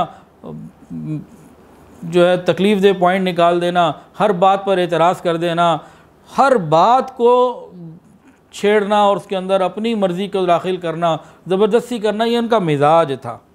अब अल्लाह रब्बुल इज़्ज़त ने हज़रत इब्राहीम अलैहिस्सलाम को इबादत के लिए एक अज़मत वाला दिन जुम्मे का दिन अता फ़रमाया कि जुम्मे का दिन इज़्ज़त और अज़मत वाला है, वो करो, उनके यहाँ था। अब ये बनी इसराइल जब आगे बढ़े ना, इन्होंने तो मूसा अलैहिस्सलाम को तंग करके रख दिया। कुरान भरा पड़ा है कि कितना इन्होंने तकलीफ़ें दी। ये लड़ने लगे मूसा अलैहिस्सलाम से, बेजा इसरार, बार बार हमें तो अपना दिन अलग चाहिए, हमें जुम्मा नहीं चाहिए, हमें तो हफ्ते का दिन चाहिए, हमें तो हफ्ता चाहिए। मूसा अलैहिस्सलाम कहते थे, खुदा के बंदो, वो दिन जो अल्लाह को पसंद है, जो खलीलुल्लाह ने बताया, उस दिन अल्लाह का तक़र्रुब हासिल करो, उसको इबादत के लिए अब समझो कि नहीं, हमें तो वही चाहिए, हम उसमें ये करेंगे। फिर कुरान मजीद में अल्लाह ने फरमाया, इन्नमा जुइल सब्तु अलल्लज़ीना इख्तलफ़ू फ़ीह व इन्ना रब्बका लयहकुमु बैनहुम यौमल क़ियामह फ़ीमा कानू फ़ीहि यख्तलिफ़ून वक़ुलना लहुम ला तअदू फ़िस्सब्ति वअख़ज़ना मिनहुम मीसाक़न गलीज़ा। अल्लाह फरमाते हैं कि हमने बनी इसराइल के कहने पे इनको हफ्ते का दिन दे तो दिया, लेकिन इनसे बहुत सख्त और बड़े पक्के अहद व पैमान लिए कि ठीक है, अगर तुम्हें अगर चाहिए ना अपनी मर्ज़ी का दिन, तो फिर पाबंदियाँ हमारी भी होंगी। जुम्मे के दिन तो तुम कारोबार कर सकते थे, तुम्हें कुछ इजाज़त थी, जुम्मे के दिन और कुछ आसानियाँ थीं, लेकिन हफ्ते का दिन तुम अपनी मर्ज़ी से मांग रहे हो। ठीक है, हम तुम्हारे लिए हफ्ते के दिन को मुकर्रब करार देते हैं, लेकिन अब इस दिन सिवाय इबादत के और कोई दुनिया का काम नहीं तुम कर सकते। उन्होंने कहा जी हमें दिन हमारी मर्ज़ी का दे दें, पाबंदियाँ जितनी मर्ज़ी लगा दें, खैर है, हम करेंगे उसको पूरा। तो इस तरह इन्होंने इसरार करके हफ्ते का दिन खुद लिया। अच्छा, ये भी अल्लाह की देन है। यहाँ इस वाक़े से हट के एक बात करते हैं, ये भी अल्लाह की देन है और नबी अलैहिस्सलाम की उम्मत और नबी अलैहिस्सलाम पर और उनकी बरकत से उनकी तुफ़ैल उम्मत के ऊपर एहसान है कि अल्लाह ने इस उम्मत को जुम्मे का दिन दे दिया, जो दिनों का सरदार है, अल्लाह का पसंदीदा दिन है, हमें ये मिल गया। तो उम्मतों में दिन तकसीम हो गए। मुसलमानों को कौन सा दिन मिला? जुम्मा। यहूदियों को कौन सा मिला? हफ्ता। और ईसाइयों को कौन सा मिला? इतवार। बाद में ईसाइयों ने भी कहा जी हमें दिन अलग चाहिए। बहरहाल चलो जी, ये 3 दिन तीनों को मिल गए। इसके अंदर एक अजीब व गरीब जो है ना लतीफ़ नुक्ता किताबों में लिखा है, तो वो नुक्ता मैं बयान कर दूं, अल्लाह कह रहे पूरे सही तरीके से याद भी आ जाए। काफ़ी अर्सा पहले पढ़ा था, हज़रत जी की किताब में है, जो जुम्मे का हज़रत का बयान है, फ़ज़ाइल जुम्मा, खुतबात फ़कीर की किसी जिल्द में है। तो हज़रत ने फरमाया, ये जो कायनात को अल्लाह ने ज़मीन आसमान को बनाया ना, ज़मीन आसमान को फ़ी सित्तति अय्याम, 6 दिनों में बनाया। काम की इब्तिदा हुई इतवार वाले दिन और काम की इंतहा हुई जुम्मे वाले दिन और हफ्ते का दिन छुट्टी का दिन। ठीक है ना, समझने के लिए बात जो है ना, इब्तिदा हो रही है इतवार को, इतवार, पीर, मंगल, बुध, जुमेरात, जुम्मा। काम तकमील पा रहा है जुम्मे को और हफ्ते का दिन छुट्टी का दिन। तो अल्लाह रब्बुल इज़्ज़त ने जो छुट्टी का दिन है ये तो यहूदियों को दिया, तो उनके यहाँ उसकी एक इज़्ज़त, हुर्मत और इबादत आज भी किसी दर्जे में बाकी होगी, वल्लाहु आलम। बाकी यहूदियों में आज भी बहुत सारे लोग हैं जो अपने दीन पर अमल करते हैं और वो शटल कॉक बुर्का पहनती हैं, उनकी औरतें उंगलियां तक नज़र नहीं आती। मुसलमानों पे तो इतराज़ होते हैं ना, उनकी तो उंगलियां तक नज़र नहीं आती। और उनकी दाढ़ियाँ भी होती हैं, टोपियाँ भी गोल सी छोटी सी सर पे रखी होती हैं। खैर, ईसाइयों को दिन मिला इतवार का, मुसलमानों को मिला जुम्मे का। तो इन दिनों के असरात उम्मतों पे भी आए। ईसाइयों में जब काम शुरू करने लगते हैं ना, उसको वो बड़ा इन्जॉय करते हैं और बड़ा उसको मनाते हैं। जैसे बर्थडे मनाना, पैदाइश का दिन इब्तिदा का दिन है ना, तो बर्थडे मनाना ये ईसाइयों की ख़ास आदत है। और किसी को आप बर्थडे वहाँ विश ना करें तो वो कहते हैं तो पता नहीं मेरा दुश्मन है, मेरा दोस्त ही नहीं है, मेरी बर्थडे ही विश नहीं की। लेकिन इस उम्मत के अंदर क्या है, बर्थडे नहीं मनाया जाता। आखिरी दिन कि कलमे के साथ गया और कैसा गया, बुज़ुर्गों के दिन भी हों और जो भी चीज़ें हों, ये फ़लाँ की शहादत का दिन, ये फ़लाँ दिन, ये दुनिया से कामयाब गए, तो यहाँ काम की तकमील के दिन को इज़्ज़त दी जाती है, अहमियत दी जाती है। वहाँ काम की इब्तिदा को अहमियत दी जाती है, अंजाम कुछ भी हो। तो ये एक मिजाज का फ़र्क भी हुआ। बहरहाल इस वाक़े की तफसील ऐसी है कि एक बहुत तवील मुद्दत तक तो बनी इसराइल जो यहूदी थे ये इस अहद व पैमान पर कायम रहे। हफ्ते वाले दिन कोई इबादत के अलावा काम ना करते, काम काज बंद कर देते। तो किताबों में लिखा है कि आहिस्ता आहिस्ता उनके अंदर जो है ना इसमें कमी आती चली गई। और हज़रत मूसा अलैहिस्सलाम के ज़माने के बहुत अरसे के बाद बनी इसराइल में एक ऐसी जमात थी जो बहरे कुल्ज़म के किनारे आबाद हो गई। मछलियाँ खाना, पकड़ना, फ़रोख्त करना उनका काम था, उसी पर उनका सारा दारो मदार था। और हफ्ते वाले दिन उनको इबादत करनी होती थी, काम काज कोई ना करना होता। अब अल्लाह रब्बुल इज़्ज़त की तरफ से आजमाइश भी आई उनके ईमान के ऊपर, और क्या कहते हैं एक सिलसिला अल्लाह ने ऐसा बना दिया कि हफ्ते के दिन मछलियाँ खूब आती और बाकी दिन जो हैं वो मछलियाँ थोड़ी आती हैं, बाज़ दफ़ा तो बहुत ही कम आती हैं और बिल्कुल ही ना आती। और हफ्ते वाले दिन तो ऐसे आती थी करीब जैसे तो उन्हें छेड़ने आ रही हो कि पकड़ के दिखाओ, और बाकी दिन गायब हो जाती। उन्हें भी पता लग गया होगा कि भाई हफ्ते वाले दिन ये कुछ नहीं कहते, बाकी दिन हमें पकड़ लेते हैं, चली जाती होंगी। बहरहाल अल्लाह ने तो उनका इम्तिहान लेना था। अब बाकी दिन वो ना आए, अब ये लोग बड़े परेशान हुए। इस इम्तिहान में ये आहिस्ता आहिस्ता फेल होने लगे। हुआ क्या, ये बहुत अहम बात है, इसको समझना है। हुआ क्या, इब्तिदा में इक्का दुक्का एक दो लोगों ने गड़बड़ करनी शुरू की, अज़ाब नहीं आया, एक दो लोग थे। फिर बढ़ते बढ़ते बढ़ते एक जमात हो गई, अज़ाब नहीं आया। मुखालफत हो रही है हुक्म रब्बी की, हीले बनाए जा रहे हैं, दीन बनी इसराइल को, दीन मूसा अलैहिस्सलाम को मसख़ किया जा रहा है। तो पहले इक्का दुक्का थे, अज़ाब नहीं आया। फिर जमात की शक्ल हो गई, अज़ाब नहीं आया। उसके बाद थर्ड स्टेज क्या हुई कि वो जमात अलल ऐलान आने शुरू हो गई। पहले जो इक्का दुक्का थे वो शर्मिंदा होकर छुप छुप के करते, फिर लोग बढ़ते गए, जमात बन गई, लेकिन कोई शर्मिंदगी निदामत का एहसास था।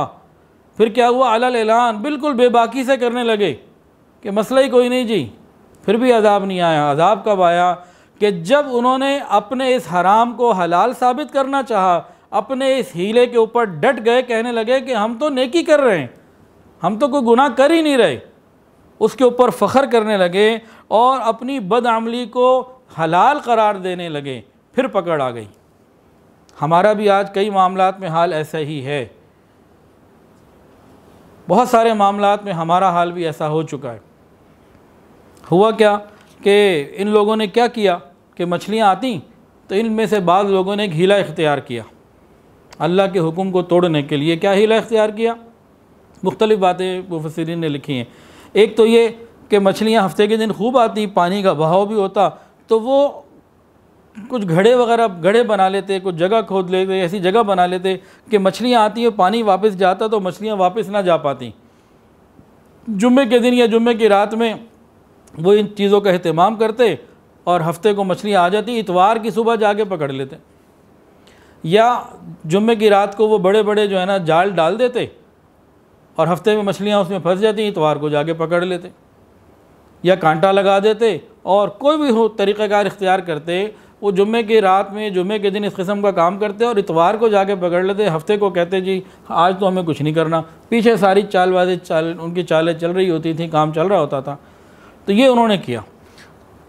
जब ये सब कुछ उन्होंने किया तो उन कौम के जो उलमा थे, मुखलिसीन थे, उम्मत के समझदार लोग थे, उन्होंने समझाया खुदा के बंदो क्या कर रहे हो, हम क्या कर रहे हैं, हम तो कुछ नहीं कर रहे, हफ्ते के दिन तो हमारे हाथ साफ हैं, कुछ नहीं करते।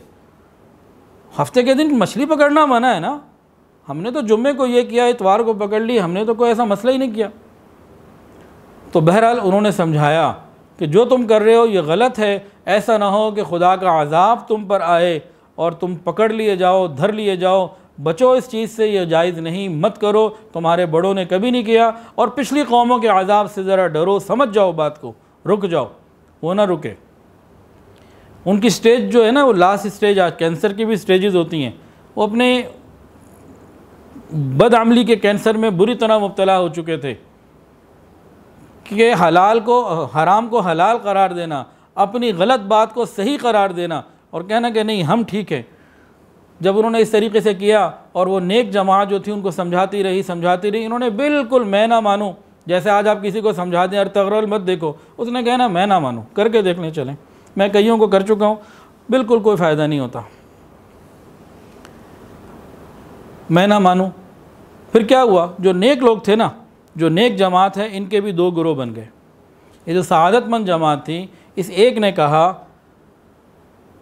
इन दोनों में से फिर दो ग्रोह हो गए। उन एक जमात ने कहा कि देखो भाई, ये तो हराम को हलाल बना चुके हैं,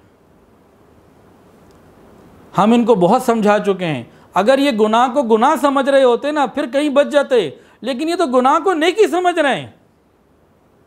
ये बात समझिएगा, आगे मैंने अभी करनी है। उस जमात ने क्या कहा, अहले सआदत लोगों में अब दो जमातें हो गई। एक ने अपनी पहली जमात को ये कहा कि देखो, ये जो मछलियाँ पकड़ रहे हैं ना इस तरह हीला करके, ये अगर गुनाह समझ रहे होते ना, हराम समझ रहे होते तो कभी तौबा कर लेते, लेकिन ये तो हराम को हलाल समझ रहे हैं और उसको अपना की क्वालिटी समझ रहे हैं और समझ रहे हैं कि ये हमारे लिए फ़ायदेमंद है। तो अब इन लोगों को समझाना फजूल है, हम अपनी नेकी तकवा इबादत की ज़िंदगी गुजारें, अल्लाह का अज़ाब आएगा, खुद ही तबाह हो जाएंगे। अब हम अमर बिल मारूफ़ और नही अनिल मुनकर नहीं करेंगे, हम इनको गुनाह से बचने की दावत अपनी देंगे, इन्हें अपनी समझाएंगे। वो जमात अलग हो गई। जो दूसरी जमात थी ना अहले सआदत में से, उन्होंने कहा क्या कर रहे हो, ये ठीक नहीं है, हमें हुक्म है बुराई से रोकने का, हम इन्हें रोकते रहेंगे, ये रुके ना रुकें, ताकि क़यामत के दिन हम अल्लाह को कह सकें अल्लाह हमने अपना हक़ अदा कर दिया था, हमने बात पहुँचा दी थी और हमें उम्मीद भी है कि शायद लौट आए। ठीक है, नहीं समझ में आ रहा, वाकई ऐसा लग रहा है जो तुम कह रहे हो बात गलत नहीं है, नहीं समझने की इनके अंदर अहलियत, इतना ये दूर जा चुके हैं अपनी बदआमालियों में, बदकिरदारियों में, लेकिन बहरहाल अल्लाह का हुक्म तो वे पूरा करना ही करना। तो एक जमात जो थी अहले सआदत में से, वो आखिर तक उनको नेकी की दावत देती रही, गुनाह से रोकती रही, लेकिन वो ना रुकने वाले थे ना वो रुके। क्या हुआ, ये जो नेक जमात थी अपने, इन लोगों ने अपनी अलहदगी कर ली, अपनी ज़िंदगी गुजारने लगे, लेकिन बहरहाल बस्ती एक ही थी, करीब करीब रहते थे। एक दिन क्या हुआ कि इन्हें समझ ही ना आया कि भाई कोई शोर नहीं, कोई बंदा नहीं, काफ़ी देर हो गई, कुछ भी नहीं हुआ। क्या था कि अल्लाह रब्बुल इज़्ज़त ने उनके तमाम जवानों को बंदर और बूढ़ों को खिंजीर बना दिया, अज़ाब आया। काफ़ी देर के बाद ये नेक लोग जब निकले ना तो साहिल पे पहुँचे तो बंदर और खिंजीर की जमात, अब उन बंदरों ने और खिंजीरों ने, जो खिंजीर बन चुके थे तो बनी इसराइल के इंसान, अपने ही रिश्तेदारों को, अपनी ही कौम वालों को देखा तो रोने लगे और उनके पाँव चाटने लगे और करीब आने लगे। वो लोग भी समझ गए कि आज़ाब आ चुका है, तो उन्होंने उनको कहा तुम्हें बताते नहीं थे, कहते नहीं थे कि समझ जाओ, सुधर जाओ, तुम नहीं समझे, तुम नहीं सुधरे, तो अब अल्लाह का आज़ाब आ गया है तो क्या किया जा सकता है। तो वो बिल्कुल रोने लगे, मिनाने लगे। बहरहाल 3 दिन उसके बाद ज़िंदा रहे, उसके बाद वो सारे के सारे ख़त्म हो गए, मर गए, कोई भी ना बचा। वलक़द अलिमतुमुल्लज़ी नअतदौ मिनकुम फ़िस्सब्ति फ़क़ुलना लहुम कूनू क़िरदतन ख़ासिईन। ए यहूदियों, तुम बिलाशुबा अपने पेशरों में से उन लोगों को अच्छी तरह जानते हो जो हफ्ते के दिन के बारे में अहकाम इलाही को तोड़ बैठे थे, हुदूद से आगे गुजर गए थे। हमने उनको कह दिया कि तुम जलील बंदर हो जाओ, बस हमने उस बस्ती के उन बदबख्त लोगों के गिरदो पेश के लोगों के लिए इबरत और खुदा से डरने वालों के लिए नसीहत बना दी। ये नसीहत किसके लिए है? कुरान में अल्लाह क्या फरमाते हैं? वमौइदतल लिलमुत्तकीन, ये नसीहत खुदा से डरने वालों के लिए है। अगर इस नसीहत से आज हमारे दिल नहीं डर रहे ना, तो आप समझ लीजिए कि हमारे दिल में खौफ खुदा नहीं है। वमौइदतल लिलमुत्तकीन, ये कुरान में अल्लाह फरमाते हैं इबरत और नसीहत उनके लिए बनाई है जिनके दिल में खुदा का खौफ है। अगर हमारे दिलों में, अगर इस बात को सुनकर हमारे दिलों में खौफ खुदा नहीं और हम गुनाह नहीं छोड़ते, तो समझ लें कि दिल मुर्दा हो चुके हैं। अल्लाह हिफाजत फरमाए। बात सख्त कह दी है, लेकिन बहरहाल ये कुरान ही से मुताबिक है। अल्लाह अकबर। इसी तरह सूरह आराफ में भी है, ए पैगम्बर बनी साइल से पूछो इनके शहर के बारे में, उस शहर के बारे में जो समंदर के किनारे वाक़ था, जहाँ हफ्ते के दिन लोग खुदा की ठहराई हुई हद से पार हो जाते थे और हफ्ते के दिन की मतलूबा मछलियाँ पानी पर तैरती इनके पास आ जाती। हमने उनको आजमाइश में डाला और वो तो ख़ुद कहते थे कि हम ये करेंगे वो करेंगे। तो इस तरह की तफसीलात आगे अल्लाह फरमाते हैं कि उन्होंने सारी नसीहतें भुला दी जो उन्हें की गई थी, तो फिर हमारी पकड़ आ गई। और लेकिन हमने उन लोगों को बचा लिया जो बुराई से रोका करते थे। ये कुरान है। फलम्मा नसू मा ज़ुकिरू बिही अंजयनल्लज़ीना यनहौना अनिस्सू, हमने उनको बचा लिया जो आखिर तक बुराई से रोकते रहे। बाद मुफस्सिरीन फरमाते हैं कि जब यह अज़ाब आया तो इन नाफरमानों पर भी आया और उन पर भी आया जो साइड कश किनारा कश हो चुके थे, क्या ज़रूरत है जिन्हें समझाने की। लेकिन बास कहते हैं कि नहीं, अल्लाह ने दोनों को ही बचा लिया, ये सिर्फ नाफरमानों की पकड़ हुई। बहरहाल कुरान के अंदर जो बचाने का जिक्र है ना, वो जो अल्फाज हैं वो सिर्फ़ अहले सआदत गुरोह में से उसके हैं जो आखिर तक बुराई से बचाता रहा। तो अमर बिल मारूफ और नही अनिल मुनकर, ये हमें बहुत ज़्यादा सोचने और समझने की ज़रूरत है। ए अहले किताब, तुम उस किताब पर ईमान लाओ जो हमने तुम पर उतारी है, जो उसकी तस्दीक करने वाली है जो तुम्हारे पास है, यानी तौरात की। और उससे पहले ईमान ले आओ कि हम चेहरों को मिटा डालें और उनकी पीठ पर उनको लगा दें, या हम उन पर लानत करें जिस तरह हमने हफ्ते वालों पर लानत की, और अल्लाह का हुक्म पूरा होकर रहने वाला है। अल्लाहु अकबर कबीरा। ये जगह कहाँ पे थी, इसके बारे में एक रिवायत तो है कि मदियन के करीब थी, और दूसरी रिवायत यह है कि कोई शख्स मिस्र से अगर मक्का का सफ़र करे तो रास्ते में ये मकाम पड़ता था।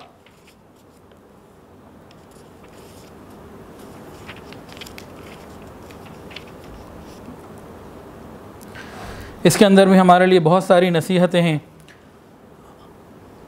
असल में तो ये दीन की दावत का काम, अमर बिल मारूफ़ का काम, ये अल्लाह ने अम्बिया को अता फ़रमाया। अम्बिया इस काम को आते रहे और अंजाम देते रहे, लेकिन हुज़ूर पाक सल्लल्लाहु अलैहि वसल्लम ख़ातिमुल अंबिया हैं, ख़ातिमुन नबिय्यीन हैं। आपकी बरकत से और ख़त्म नबूवत के सदक़े उम्मत के उलमा को, नेक लोगों को ये काम मिला। फ़रमाया कुंतुम खैरा उम्मतिन उख़रिजत लिन्नास तअमुरूना बिल मारूफ़ व तनहौना अनिल मुनकर। तुम दुनिया की बेहतरीन उम्मत हो जो कायनात, इंसानी कायनात के लिए पैदा की गई है ताकि नेकी का हुक्म करो, बुराई से रोको। हदीस के अंदर आता है कि बिलाशुबा अल्लाह ताला ख़ास लोगों की बदअमालियों पर आम लोगों को अज़ाब नहीं करता, अलबत्ता जब इन लोगों के सामने जो कि इन बुराइयों को रोकने पर कुदरत रखते हों अलल ऐलान गुनाह होने लगें और ये रोकने वाले न रोकें, तो बिलाशुबा अल्लाह ताला अपना अज़ाब आम और ख़ास सब पर नाजिल कर देता है। इंसान की गुमराहियाँ मुख्तलिफ़ हैं। एक गुमराही का तरीक़ा यह है कि अहकाम इलाही से बचने के लिए मुख्तलिफ़ बहाने तलाश करके हलाल को हराम करार देते हैं और हराम को हलाल करार देते थे। ये बहुत बुरा और बदतरीन बहाना है। ऐसे लोगों को तौबा की तौफ़ीक़ भी मुश्किल ही मिला करती है कि वो हराम को हलाल करार देते हैं और हलाल को हराम करार दे देते हैं, तो तौबा के दरवाज़े भी आम तौर से बंद हो जाते हैं। कि इंसान गुनाह को गुनाह समझे तो कभी तौबा कर लेगा, लेकिन वो गुनाह को नेकी समझना शुरू कर दे, अब उसने तौबा कैसे करनी।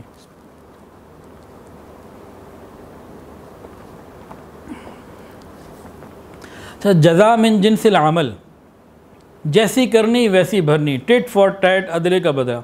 इंसान जो काम करता है उसके मुताबिक ही उसका अमल होता है। अब इस कौम को ये सज़ा क्यों मिली? कोई चीख और चिंगाड़ आके तो सबको मार सकती थी, अज़ाब नाजिल हो सकता था, आग का, ज़लज़ले का, ज़मीन को पटक दिया जा सकता था, उल्टा करके फेंका जा सकता था, जो और कौमों पे हुआ। आखिर इनके ऊपर ये चेहरे मसख करने का अज़ाब क्यों आया? पहली बात, अल्लाह ताला की मर्ज़ी, जैसे चाहे करे मालिक। दूसरी बात जो मुहक्किकीन ने लिखी, फरमाया कि जैसी करनी वैसी भरनी। उन्होंने अपनी शरीयत को मसख करने की कोशिश की, अल्लाह ने उनके चेहरे को मसख कर दिया। जैसा मामला उन्होंने अल्लाह के दीन के साथ किया, अल्लाह ने उनके साथ कर दिया। हमें डरने और समझने की ज़रूरत है। आज सुबह एक नौजवान, तो वैसे ही बातचीत हो गई कि जी, कहने लगे जी आजकल तो मैं बड़े शौक़ से रोज़ाना बिला नागा तगरल देख रहा हूँ और बड़ा मज़ा आता है जी, बड़ा फ़ायदा है और बड़ी मालूमात दीन की मिल रही हैं और बड़े जज्बात होते हैं, बड़ा कुछ होता है। मैंने कहा मुझे ये बताइए कि जो सैकड़ों किस्से बन चुकी हैं, ये जो स्क्रिप्ट है और जो तारीख़ है, कौन सी ऐसी किताब है लिखी हुई मुस्तनद जो मौजूद हो जिसके ऊपर इतना लंबा सिलसिला चल सकता हो? तो अगर उनके बारे में कोई तफसीलात हैं तो बहुत महदूद हैं, उससे तो 10 किस्से नहीं बन सकती। तो कहने लगे वो तो फिर उन्होंने बनाई है ना, उन्होंने अपना कारोबार भी तो करना है, पैसे भी तो कमाने और लोगों को भी तो लेना है, तो इसके मैंने कहा इसका मतलब झूठ हो गया। क्या झूठ से ईमान बनता है? क्या झूठ से यकीन बनता है? खामोश। फिर दूसरा सवाल मैंने कहा ये बताइए आप कह रहे हैं इससे दीन ईमान के जज्बे बढ़ रहे हैं और ख़ूब ईमानी क़ुव्वत बढ़ रही है, क्या आपने फ़जर की नमाज़ शुरू कर दी? अच्छा, आप अपने आप को छोड़िए, क्या आपके इल्म में कोई ऐसा है जिसने इस ड्रामे को बड़े शौक़ से पाबंदी से देखा हो, वो नमाजी बन गया हो या माँ बाप का फर्माबरदार बन गया हो या उसके दिल के अंदर दीन का कोई जज्बा पैदा हो गया हो, पड़ोसी भूखा हो उसकी कोई मदद कर दी हो, उसने कोई खैर में आगे बढ़ गया हो, कोई ऐसा है? तो फिर खामोश। भाई आपने नमाज़ें शुरू कर दी, आपने कुरान ज़्यादा पढ़ना शुरू कर दिया, आपके अंदर क्या दीनी तब्दीली आई अमल के अंदर वो बताइए। तो खामोश। उनके पास कोई जवाब नहीं था। मैंने कहा जी आप ये तो नहीं बता रहे, लेकिन मैंने ये सुना है, देखा तो नहीं अभी तक ये अल्हम्दुलिल्लाह, लेकिन मैंने ये सुना है कि रमज़ान में लोगों ने तरावी और इशा की नमाज़ छोड़ी इस ड्रामे को देखने के लिए, अल्लाह के हुक्म को और फ़र्ज़ को छोड़ दिया, और रमज़ान के महीने में ताक रातों के अंदर भी वो ये देखते रहे हुक्म रब्बी को छोड़कर। तो आप किस बात से दलील देते हैं? खैर वो ना माने, ना उन्होंने मानना था, ना रुके, और अंजाम अभी भी यही होना है। वो जो खूब कहते रहे कि जी आज जो है ना, मैंने कहा अच्छा मेरा आज बयान है और ये यौमुस सब्त की मैंने आज तैयारी की है, उन्होंने भी इस तरह के जो है ना वो हीले बहाने निकाले थे, तो ये शायद उसी के साथ कोई मुशाबहत रखता है, तो आज मैं बात करूँगा। फिर आखिर तक मुझे कहते रहे जी आपने इसके हक़ में बात करनी है। मैंने कहा मैं हक़ बात करूँगा, इसके हक़ में बात नहीं करूँगा, मैं हक़ बात करूँगा। और मैंने कहा जी मैं करूँ या ना करूँ, जो देख रहा है उसने देखना ही देखना है, उसने कहाँ छोड़ना है। तो कहने जी हाँ जी ऐसे ही देखना तो मैंने भी, आपने मुझे कह दिया जितना मर्ज़ी कह दिया, लेकिन मैंने इसे छोड़ना नहीं है, देखना मैंने ज़रूर है। वो मुझे मालूम हो चुका है और इसका बहुत अच्छे तरीके से अंदाज़ा हो चुका है कि हम लोग बहुत बुरी स्टेज में जा चुके हैं। अल्लाह ताला हमें इन बातों की समझ अता फरमाए। और ख़ाली एक ये ड्रामा क्या, कितनी और बातों में, ज़कात के मामलात में हीला और गड़बड़ करना कि किसी तरीके से जान छूट जाए, बच जाए, और सूद के बारे में दर्जनों दलाइल, फिर बेपर्दगी के बारे में दर्जनों से भी ज़्यादा दलाइल। आज से 30-40 साल पहले हमारे ही ख़ानदान की और बरादरी की और जनाब घरों की और इलाक़ों की औरतों को आप गौर करें, ये शादियों में जाती थी तो बुर्का होता था, फिर एक आध ने उतारना शुरू किया तो शर्म आती थी, और अब करते करते करते बुर्का पहनने पे शर्म आती है, बेपर्दगी पे शर्म नहीं आती, जिस्म दिखाने पे शर्म नहीं आती। और किसी से पूछ के देख लो, फिर दलाइल आगे से लो। एक चीज़ थोड़ी है, बहुत सारी चीज़ों में हम लोग जो है ना वो मसख़ करने पर आ गए हैं। अल्लाह ताला हमारी हिफाजत फ़रमाए। जिस तरह उनके चेहरे को मसख़ कर दिया गया था, आज भी ये चीज़ मौजूद है। हुज़ूर पाक सल्लल्लाहु अलैहि वसल्लम की दुआओं के सदक़े इस उम्मत के ऊपर वो अज़ाब तो नहीं आ रहे हैं जो पहली उम्मतों को एक एक गुनाह की वजह से आ जाते थे, कि नबी अलैहिस्सलाम की दुआओं की जो है वो एक हिफाजत है, एक पहरा है, और एक नबी अलैहिस्सलाम की रहमतुल लिल आलमीन का सदक़ा है। वरना होता क्या है, होता ये है कि आज भी इसकी जो हकीकत है ना वो अंदर आ गई है।